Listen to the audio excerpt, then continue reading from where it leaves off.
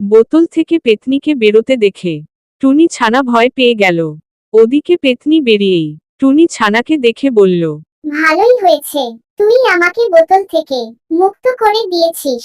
কিন্তু এখন আমার খুব খিদে পেয়েছে। কি খাই, কি খাই? আমি বরং তোকেই খাই আগে, তারপর দেখা যাবে। পেতনি খাবে শুনে টুনির ছানা কিন্তু মনে মনে ভয় পেলেও ভাবল, ভয় পেলে মুশকিল আছে, তাই একটা বুদ্ধি বার করতে হবে।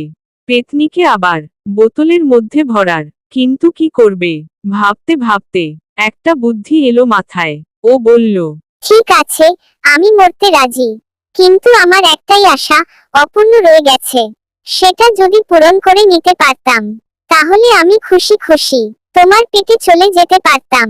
পেতনি বলল।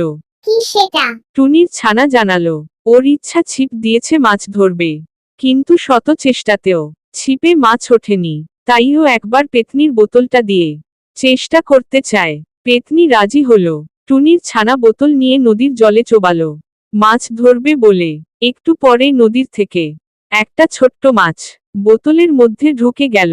সেটা দেখতে পেয়ে টুনির ছানা বোতল থেকে মাছটাকে বার করতে চেষ্টা করলো, কিন্তু পারল না। ও তখন পেতনিকে বলল, যদি বা মাছ একটা ধরতে পারলাম, কিন্তু সেটাকে বোতলের ভেতর থেকে বার করতে পারছি না। পেতনি খুব হাসল কাণ্ড দেখে।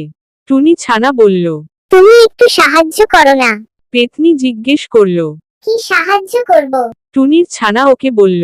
মাছটা বার করে দাও। পেতনি ভিতরে ঢুকলো মাছ আনতে।